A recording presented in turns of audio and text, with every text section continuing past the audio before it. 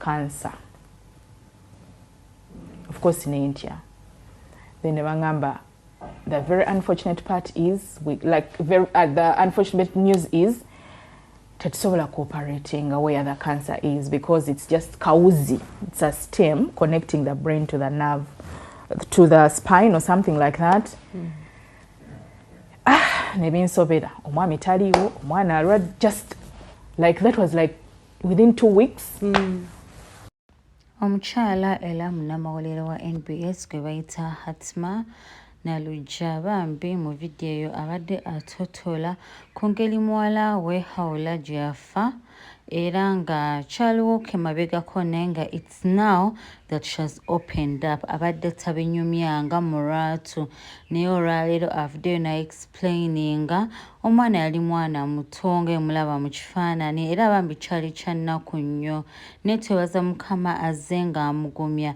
Ayogedde byonna ebyabaawo, bali beetaaga $8 million. Yeah, it was $20,000 nga bw'ayogedde, bali bazeetaaga mu buliwo, era nga bamugamba nti emulago oyo kansa bw'atyo tebasobola mukolako. Nga bwe muwulidde ayogera, kaba kanavu katono kalinga ka system, kabanga kawuzi nga connectinga obwongo to the spinal cord.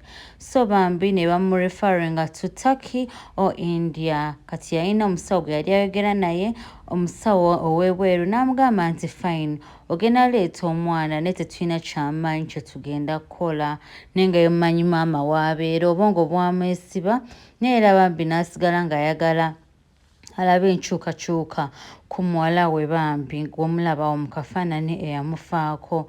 Era bambi yagamba nti within 2 weeks nga bakafinding out nti omwana afunye kansa, yagamba nti muwala we yalekeraawo okwogera, n'alekeraawo okubeera active, nga tasobola kwogera, tasobola situla, talina kyasobola kwekolera, era bamuteeka mu wheelchair oba kano akagaali akabalema.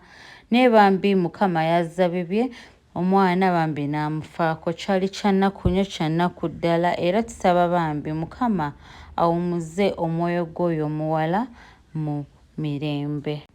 Hatma Nalujja mukyala mukozi, era nga bambi yasookera ddala okukola, yakolanga ku NTV yanga asoma mawulire, n'avaayo n'adda ku NBS ng'era yasoma amasengeje amawulire ag'Oluganda ag'essawa emu ge bayita amasengeje. She's a very hardworking woman, kubanga alina ne catering services, bafumba emmere ku mikolo, era nga catering service agiyita Hatna's Kitchen.